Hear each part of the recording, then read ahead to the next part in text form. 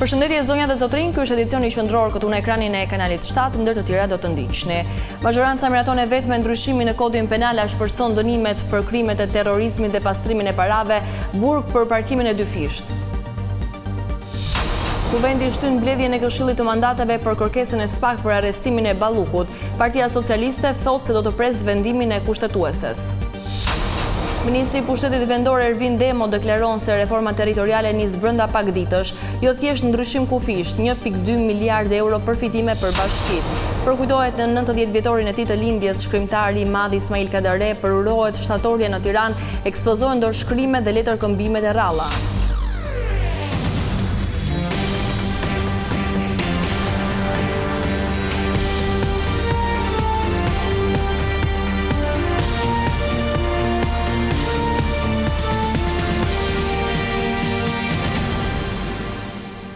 Do të vjojmë gjërësisht me lajmet. Me 85 vota pro, Parlamenti miratoi kodin penal duke vullosur ndryshimet e kundërshtuara nga opozita. Ndryshimet parashikojnë shpërsimin e dënimeve për disa vepra lidhur me terrorizmin, pastrimin e parave apo zjarrvënien e qëllimshme. Për herë të parë do të dënohet me burg edhe drejtuesit e mjeteve për parkim të dyfisht në rrugë. Hapet votimi në tërësi me elektronik. Pas 18 ditor debatesh në orën 4 të mëngjesit, majoranca miratoi me 85 vota pro ndryshime në kodin penal, ndërkohë që opozita votoi kundër. Socialistët rrëzuan propozimet e demokrates Jorita Tabaku për ndryshimin e kodit penal, por edhe propozimet e socialistit Erion Braça. Braça kërkoi shpërsimin e dënimit për të gjithë ata që ushesin cigare të miturve, por amendamenti i tij u hodh poshtë nga kolegët socialist. Mbyllet votimi. 2 vota pro, 82 abstenim, 0 kundër. 45 ndryrje në kodin penal synojnë masa më të ashpra kundër pastrimit parave, luftës kundër terrorizmit, zjarrvënies apo ndërtimeve pa leje. Mes këtyre ndryshimeve, qeveria ka vendosur edhe dënimin me 1 vit burg për të gjithë ata që parkojnë dysh. Opozita kritikoi ndërhyrjet në kodin penal, duke vënë në dukje se në asnjë vend të Bashkimit Evropian nuk dënohesh me burg për parkim. Një ndërhyrje e matur por domethënëse bëhet edhe në një fenomen të përditshëm që ka pasoja serioze për jetën e qytetarëve, që lidhet pikërisht me parkimin në rresht të dytë, i cili trajtohet si vepër penale vetëm në rastet ku pengohet seriozisht qarkullimi i mjeteve të emergjencës. Po parkove dysh, mbarosh një hall 2 minuta apo 3 minuta, ti je kriminal dhe ne të çojmë në burg. Ama po volle 50 milion euro në një dorë, apo pa abuzove me 1.1 miliard euro, si që akuzohet ajo që mbroni ju, zëvëndës kryeministrja juaj, ti duhet vish këtu. Tulesh në kariken e numrit 2 të qeverisë, mbash edhe leksion moral për luftë ndaj kriminalitetit, madje jam i sigur do vi sot edhe do votoj, pra qytetari që parkon dysh me votën e Belinda Ballukut, duhet me shku në burg. Belinda Balluku që ka vjedhur 50 milion euro, do të vi këtu dhe të votoj që të fusi qytetarët në burg. Qeveria ka propozuar edhe depenalizimin e shpifjes për gazetarët, por duke vendosur disa kushte, mes të cilave kushtin që gazetarët jetë i regjistruar. Por Partia Demokratike vurin duke se në Shqipëri nuk ka ligj për regjistrimin e gazetarëve, duke kërkuar heqjen e plotë të shpifjes nga kodi penal për gazetarët, por edhe për qytetarët. Ne 119, 120 dhe 268 i kodit ekzistus kriminal duhet të shfuqizohen. Në qoftë se nuk e bëni tani, do ta bëni në një fazë më vonshme, sepse qeveria shqiptare ka marrë detyrim për të shfuqizuar. Kështu që këto prallat që na thoni nuk do i shfuqizojmë se neve fyerja e shpifja e me radh janë të gjitha gënjeshtra. Së dyti, çfarë thot po Komisioni Evropian? Mbraft.mo, Bashkimi Evropian që i ka gjithë sytë e vesh Tiranë, po i hedhim hyjësive ne sande këto me këtë ndryshim kodin penal, e shiqyr zotit i pas ka hap 4 sytë zonja Tabaku, e s'po na lën të hedhim hyjësive Brukselit. Ore m'fal tani se po na bëni dhe për budallënj, po a paguajnë gazetar taksa e tatime sot Republikën e Shqipërisë. Në seancën e smartës, Parlamenti miratoi 13 ligje, shumicën prej tyre me 85 vota, ndërkohë që socialisti Erion Braça nuk mori pjesë në votimin e 2 prej tyre. Kuvendi ka vendosur të shtyjë sërish mbledhjen e Këshillit të Mandateve në lidhje me kërkesën e SPAK për heqjen e imunitetit dhe arrestimin e Belinda Ballukut. Ky vendim erdhi pas kërkesës së shumicës socialiste, e cila u shpreh se duhet pritur vendimi i gjykatës kushtetuese. Ky e fundit shqyrtoi çështjen në seancën publike në 22 janar, por ende nuk ka dhënë një vendim. Pas vendimit të kuvendit erdhi dhe reagimi i kreut të grupit të PD Gazmend Bardhi, i cili akuzoi mazhorancën se po përpiqet të mbrojë numrin 2 të qeverisë. Mbledhja e Këshillit të Mandateve është shtyr pa afat. Gjatë fjalës së mbajtur në Asamblenë Parlamentare të Këshillit të Evropës, Ali Berisha akuzoi kryeministrin Rama për pengim të drejtësisë. Kreu demokrat tha se Rama i ka dalë në mbrojtje numrit të 2 të qeverisë, pasi sipas tij në dosje është i përfshirë edhe ai vet. Kryetari i Partisë Demokratike Sali Berisha në Asamblenë Parlamentare të Këshillit të Evropës ngriti shqetësimin se kryeministri Edi Rama po pengon drejtësinë duke bllokuar kërkesën e SPAK-ut për arrestimin e zëvendës kryeministres Belinda Balluku. Në fjalën e tij në Asamble, Berisha deklaroi se kryeministri Rama nuk po i jep SPAK-ut autorizimin për arrestimin e Ballukut për të mbrojtur veten e tij, pasi sipas Berishës janë pjesë të njëjtës dosje hetimore. Prokuroria kërkoi arrestimin dhe heqjen e imunitetit të zëvendës kryeministres. Edi Rama, kryeministri i quajtur Ramaduro i Madh, e bllokoi iniciativën e prokurorisë dhe nuk po e lejon. Pse? Sepse në çdo 3 rreshta të këtij dosjeje gjendet emri i tij. E njëjta gjë po ndodh me Akshin, Agjencinë Kombëtare të Teknologjisë. Të gjitha të dhënat po eksportohen te bandat kriminale dhe banditët. Kryetari i Partisë Demokratike Berisha akuzoi kryeministrin Rama se ka sjellë në Parlamentin shqiptar persona të mbështetur nga bandat kriminale. Votat e tyre po i përdor sot për të bllokuar SPAK-un. 28 deputet kanë hyrë në parlament të mbështetur nga kartelat më të fuqishëm të drogës. Pas kësaj atyre ju dhanë 450 leje për hotele, motele, ndërtime dhe resorte turistike. Me pas mandatet e tyre u përdorën për të bllokuar tërësisht prokurorinë. Në Strasburg, kryetari i PD-s shfrytëzoi diskutimin për ndërhyrjet ruse në zgjedhjet e vendeve të tjera për të ngritur shqetësimin për zgjedhjen 11 majit në Shqipëri, të cilat sipas tij nuk ishin as të lira e as të drejta. Unë dënoj fuqishëm ndërhyrjen ruse në zgjedhjet e vendeve të tjera, por jam këtu gjithashtu për të denoncuar 2 faktorë të tjerë madhor që mund t'i shkatrojnë zgjedhjet. Njëri prej tyre është shtet parti ose partia shtet, ashtu siç u tha këtu nga vëzhguesit se në Shqipëri zgjedhjet u zhvilluan në klimën e një partie shtet. Në raportin që Asambleja Parlamentare e Këshillit të Evropës miratoi për zgjedhjet e 11 majit vitit kaluar, vjet në dukje se partia në pushtet përfitoi nga përdorimi i gjerë i burimeve shtetërore. Dhe një prej rekomandimeve të Asamblesë ishte që duhet ndërhyrje për të ndarë qartësisht partinë në pushtet nga shteti.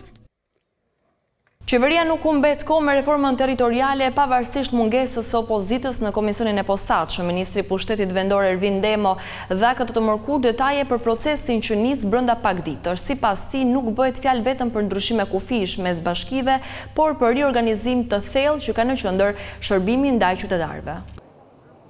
Reforma territoriale, e cila do të jetë një nga pikat më të rëndësishme të punës së qeverisë për këtë vit, nuk do të jetë thjesht një ndryshim kufish.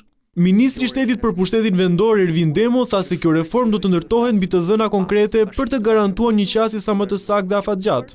Reforma territoriale, unë besoj fort e para duhet bazohet në të dhëna, duhet bazohet në eksperiencë që ne tashmë kemi, çfarë ka ndodhur gjatë 10 viteve të fundit në territor. Reforma e fundit është futur ose ka marrë jetë në 2015, jemi fiks pothuajse 10 vjet. Kush kanë qenë sfidat që bashkitë janë ballafaquar, cilat prej tyre është ballafaquar me sukses nga ana e bashkive, kush janë funksionet që bashkitë nuk kanë arritur dot t'i ofrojnë territor.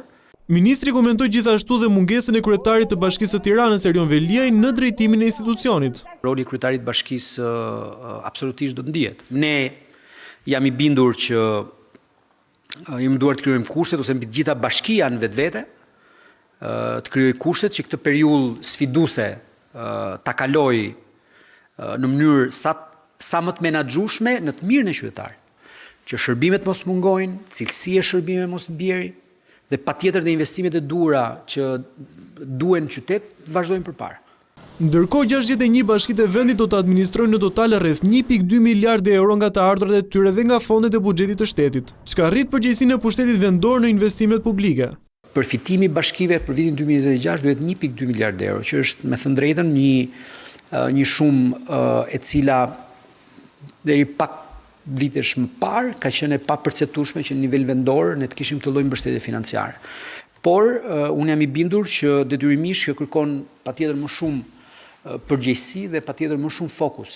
Ministri paralajmëroi gjithashtu dy nisma të tjera me rëndësi, veçanërisht në aspektin digjital, ofrimin e shërbimeve lokale online përmes platformës si Albania, si dhe integrimin e sistemit të menaxhimit të financave AFMIS. Janë aty.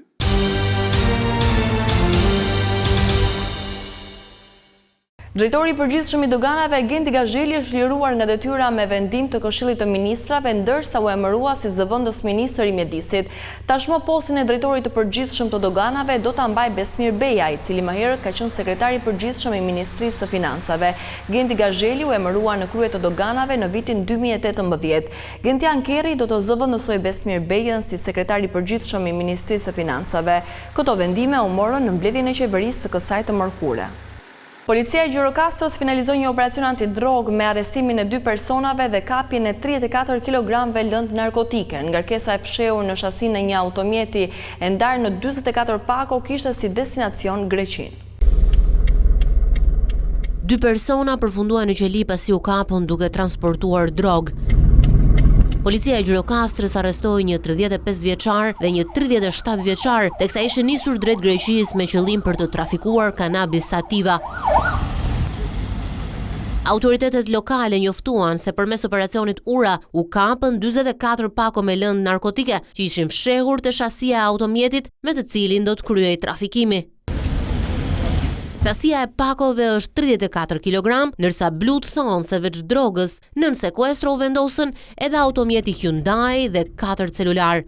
Mbi të arrestuarit rëndon akuza e trafikimit të lëndëve narkotike kryer në bashkëpunim, një vepër që mund të kushtojë atyre nëse shpallen fajtor nga 7 deri në 15 vjet heqje lirie.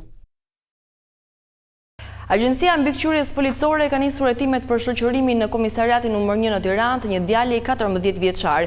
I mituri është kapur nga forcat e policisë gjatë protestës së dhunshme të opozitës të shtunën e kaluar. Fëmia dyshohet se ishte pjesë e personave që po qellonin me sende të forta ndaj forcave të rendit. Efektivët që shoqëruan 14 vjeçarin do të merren në pyetje, ndërkohë që do të bëhet edhe kthyrja e kamerave si dhe relacioni i dërgimit të komisariatit. Agjencia po ashtu ka dërguar të gjithë praktikën në prokurorinë e Tiranës për sa i takon akuzave të opozitës për përdorimin e gazit lotësillës, pritet që prokuroria e Tiranës të nisë hetimet kryesisht. Kjo periudhë e vitit shënon pikën e përhapjes së virozave gripale. Çdo javë në urgjencë janë paraqitur mbi 18.000 qytetarë për të marrë trajtimin spitalor. Mjekët thonë se duhet kujdesi shtuar për fëmijët dhe të moshuarit me sëmundje kronike. Gripi është në kulmin e qarkullimit, ndërsa pritet që në ditët në vijim numri i rasteve dhe i shtrimeve spitalore të rritet. Mjeku epidemiolog Artan Simaku thot se deri më tani numri i infeksioneve respiratore të sipërme dhe të poshtme ka arritur në 18.500 në javë. Megjithatë, sipas tij ende jemi larg pragut epidemik. Fundi i muajit janar dhe fillimi i muajit shkurt janë piku i qarkullimit të gripit në vend dhe i infeksioneve respiratore të sipërme dhe të poshtme, por e theksojmë që në fillim që jemi në një situatë të zakonshme dhe normale për stinën, aktiviteti i gripit paraqitet mesatar, jemi ende larg pragut epidemik, numri i infeksioneve respiratore të sipërme dhe të poshtme është rreth 18.500 raste në javë. Së bashku me gripin, aktualisht ka qarkullim edhe të COVID-19 dhe virozave të tjera respiratore. Për këtë arsye, epidemiologu Simaku rekomandon kryerjen e vaksinimit kryesisht për grupet e riskut që ende nuk e kanë kaluar gripin. Bashkë me gripin ka bashkëqarkullim të Covidit, të virusit respirator sincicial që prek kryesisht foshnjat dhe fëmijët shumë të vegjël, 0-2 vjeç deri në 3 vjeç, dhe virozat të tjera respiratore të cilat bashkëqarkullojnë zakonisht në çdo stinë me gripin. Ajo që është e rëndësishme për popullatën është vaksinimi. Pra, asnjëherë nuk është vonë për vaksinimin. Të gjithë personat, sidomos ata që bëjnë pjesë në grupet me risk të popullatës, të cilët nuk e kanë kaluar gripin dhe ne ende nuk janë vaksinuar, duhet të paraqiten për të vaksinuar në qendrën shëndetësore të vendbanimit të tyre. Rreth 130 shtrime në spital shënohen çdo javë, kryesisht tek të rriturit, si dhe 10 shtrime tek fëmijët. Përveç vaksinimit, mjekët epidemiolog këshillojnë kontaktimin me mjekun e familjes dhe shmangjen e paraqitjes së panevojshme në urgjencë me qëllim uljen e mbipopullimit. Kjo ishte gjithçka e përgatitur edhe për këtë edicion informativ. Unë ju falenderoj për vëmendjen tuaj. Bashkë mirupafshim.